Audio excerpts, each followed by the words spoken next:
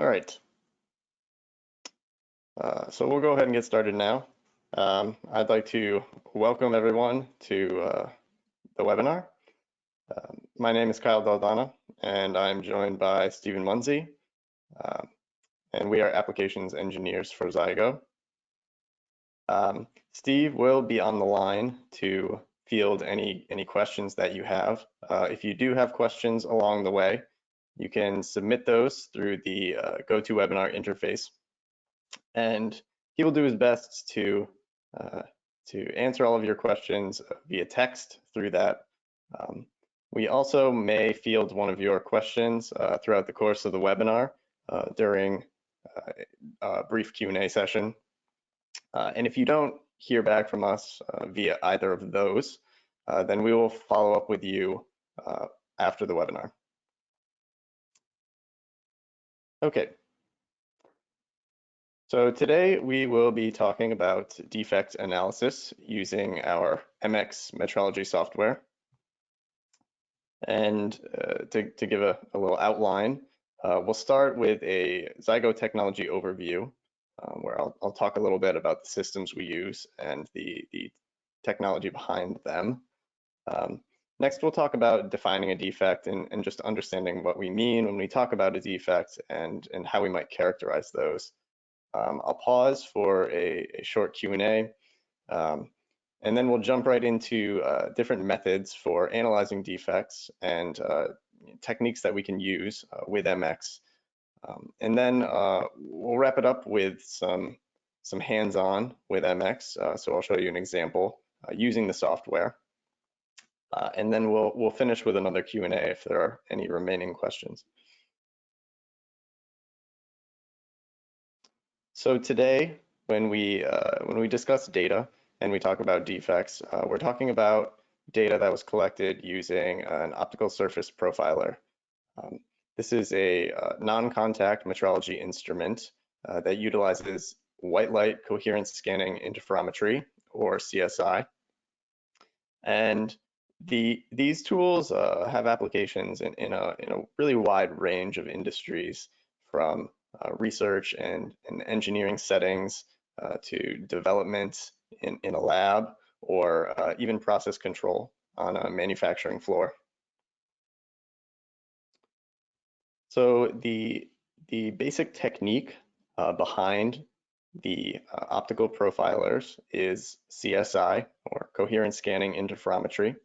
As I said, it's a non-contact technique that uses white light to measure height on our surface.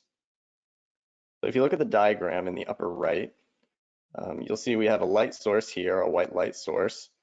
This light is sent down through our interference objective and then down to our measurement sample. And at the bottom face of the objective, we have a beam splitter. Part of the light is sent down to the sample and reflected off of our surface. And the other part of the light reflects off of the beam splitter and to our reference mirror inside the objective. These two light paths are recombined and imaged by our camera, and this generates an interference fringe pattern that you see in the bottom right. Because we're using white light and it is incoherent, we get a nice fringe contrast envelope, and this is what we'll use to scan our surface in Z to acquire height data. So as I said, we'll scan our objective in Z across our measurement surface, and then for each peak in contrast for that fringe envelope, the peak will correspond to a height value. And so for any positional difference that we see between peaks will correspond to a difference in height on our surface. So you can see as our objective scans, we hit point A, and it corresponds to the peak contrast for signal A, and the same with point B, and then we get our height difference between these two. Now, the interesting thing, I think, about this is that we use a 2D camera array to image this. So for any given scan, we have over 1 million signals to process.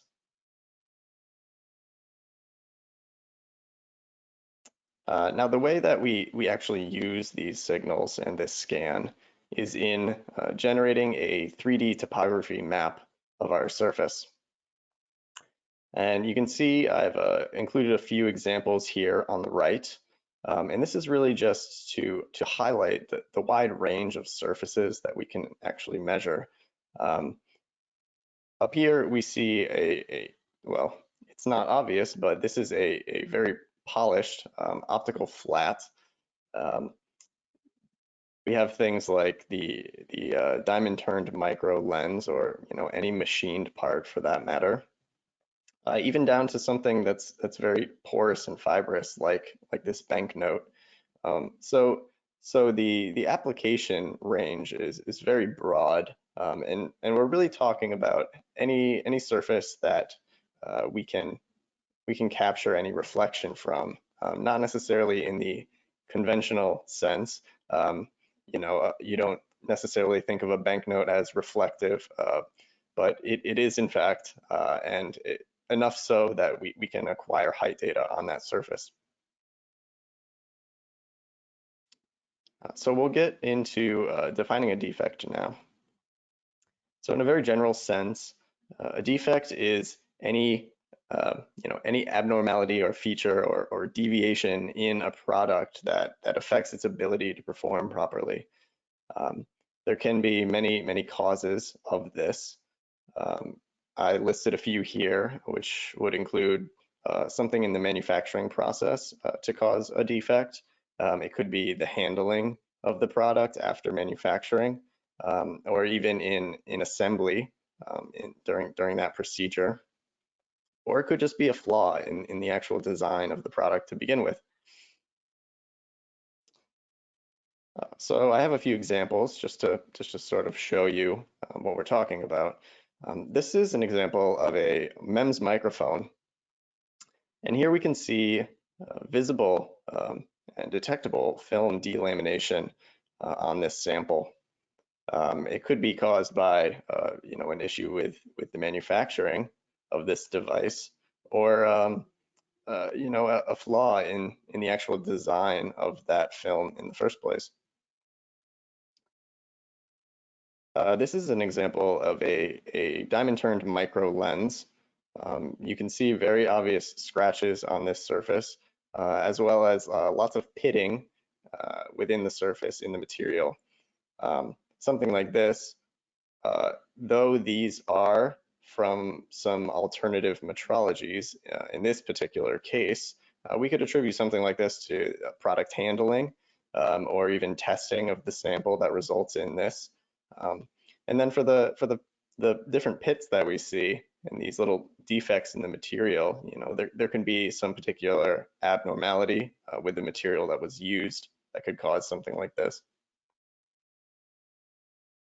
And then finally, we have an example of a precision machined surface. In this case, we can clearly see the presence of different defects on this surface. Something like this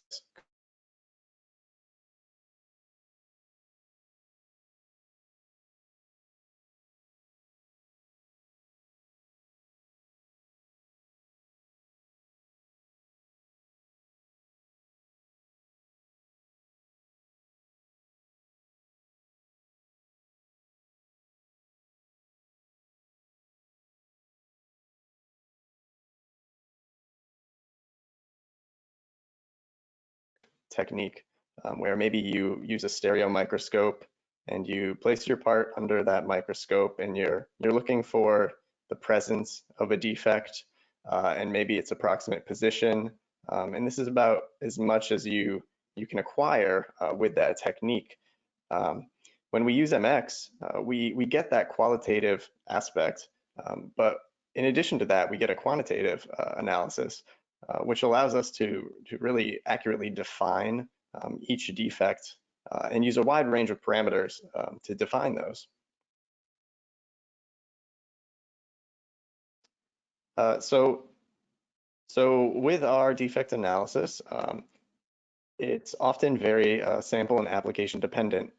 So we have a lot of options, and there's really a wide range of things you can do, which is why it's so application dependent.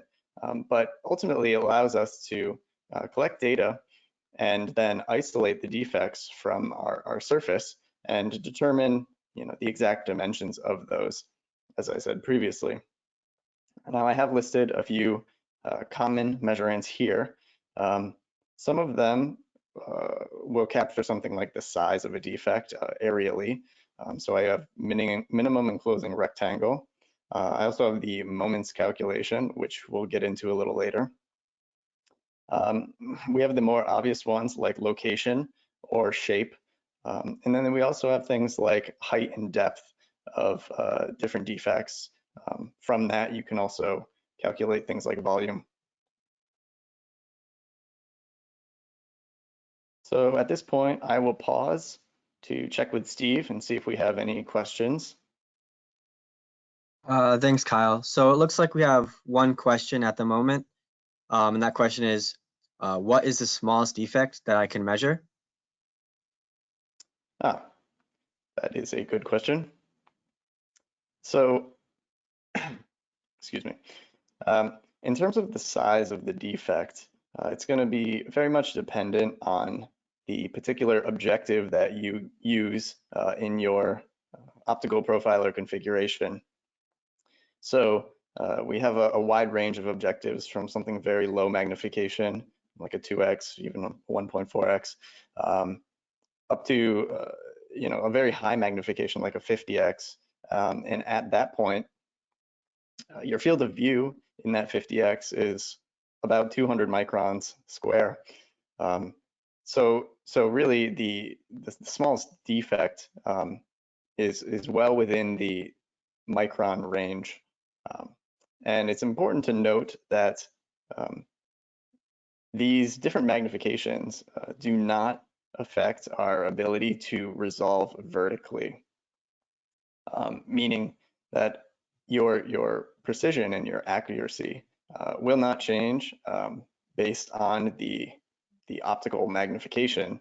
That is a constant for our systems, so they maintain that accuracy. Awesome, thanks. It looks like we have one other question that just came in. How are different reflectivities handled by the system? Yeah, so different, in a sense, you don't necessarily need to do anything to accommodate different reflectivities. We automatically adjust for the amount of light passing through the system, and in this case, or in any case, we always have the optimum contrast. Now, once you get down to particularly low reflectivities, you may start to see issues with fringe contrast, but these are very low percentages, like sub 1% reflectivity. So at this point, there's almost no signal to measure in the first place. But otherwise, it doesn't matter what the reflectivity is necessarily. There's no need to match reflectivities like you might need to do for something like a laser interferometer. We're very capable of a wide range there. Awesome, thank you. It looks like the only questions you have at the moment, so I'll let you get back to the presentation. All right. So now I'll jump into different methods of defect analysis and techniques using MX. And what we'll want to start with is a very basic overview of data processing. Data processing is going to be something that's included in almost all of your data analysis in some way. In this case here, we have a curved surface, and after applying processing to this, you can see we've removed all of this, this gross form, And it really highlights for us the turning marks on this surface, as well as this very clear defect in the form of some ridge. So we can remove things like overall form for something that's curved, maybe it's spherical or cylindrical. We can also remove things like spikes if there's any contamination that we're not interested in calculating any results on. Particular surface slopes, and also particular spatial frequencies. We have the ability to filter all of those out to show us only what we want to see. And today, when we talk about our defect analysis, we'll be using regions segmentation, which is a tool within MX. And regions allows us to segment our data and isolate defects to provide us with that very detailed analysis of each defect independently.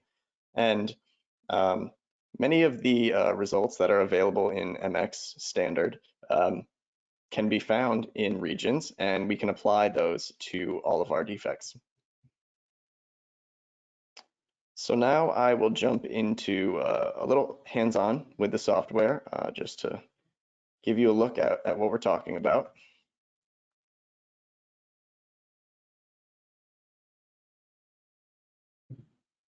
Okay. So here we see we have this machined surface that we've measured, and it's overall relatively flat and fairly rough. But we do see we have all of these pits in the surface that all lie much lower than the overall mean of the surface here. So what we'll want to do is isolate each of these pits to perform some additional analysis on these. So in the navigator, I will switch over to regions. And this is the interface that we'll work with for that analysis. Now you see three different maps here. This is the input map that we'll use for the segmentation. In the middle, you have the currently selected region. And then on the right, we have our reference map. So this will allow us to view our regions and our data as we work. We also have the controller over on the left, and the general workflow here will be top down. So we won't necessarily hit all of these tools, but we will use most of them to apply specific settings and perform calculations on our defects. So the first thing we'll want to do is select the segmentation mode. Now there are a lot of different types here. In this particular case, I will choose Z relative, and I will show you why. When we perform these techniques, we're calculating based on the height information on the surface, and that's what we'll use for our segmentation. So in this case, we're working off of a histogram of height points in the map. And then what we'll want to do for our Z relative technique is define a height range to segment our data. So I'll expand this slightly. Okay, so I'll go down to my surface selection here, and we can scroll over, and there's a few things that we'll work with. The first one to note is the Z datum. Now this is going to be the datum that we use to apply our offsets. So our offsets will be relative to this. There's different options for this.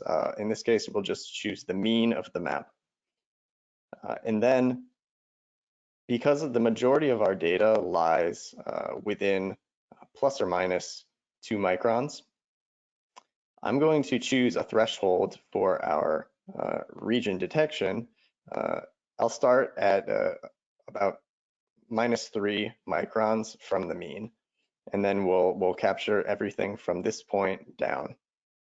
So in my high offset, I'll select -3.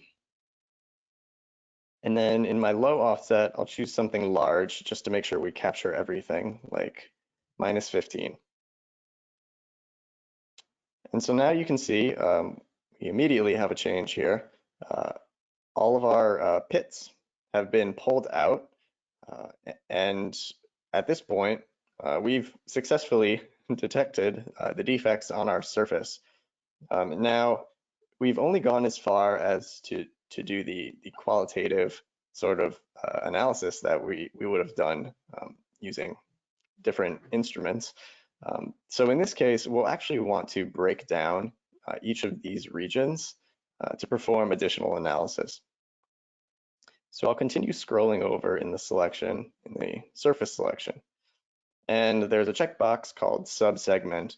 We want to enable that. And now this is where it becomes really powerful, because we can select and isolate each region or defect independently.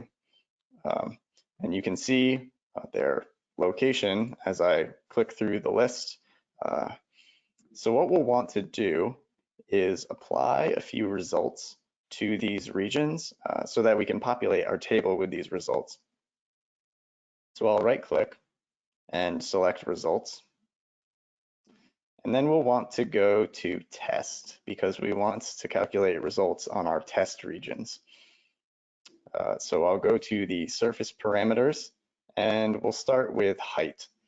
So I think in this case, I want to know the lowest point in each defect so that we can determine just how deep it goes.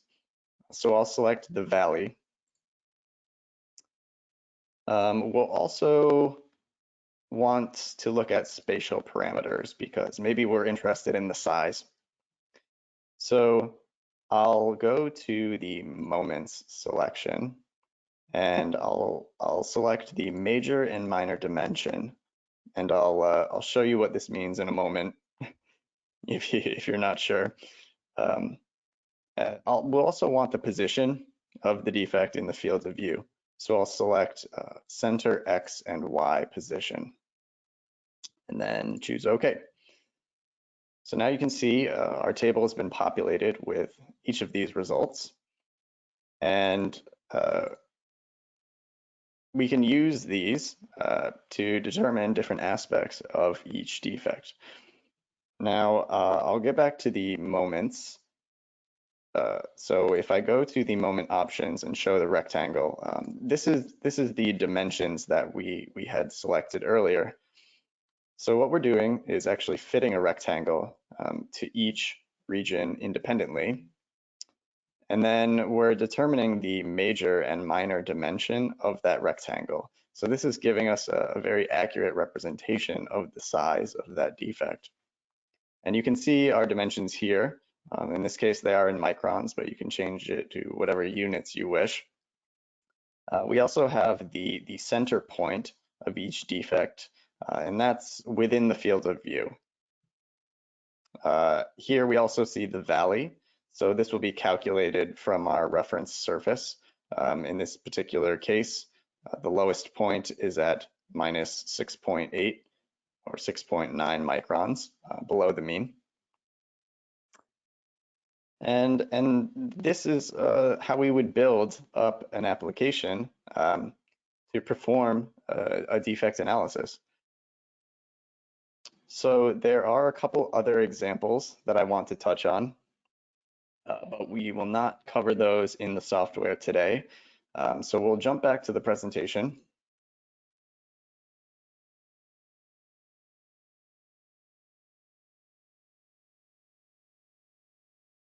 So the analysis that we just performed was using height data or height information from our surface, and that's how we were able to segment.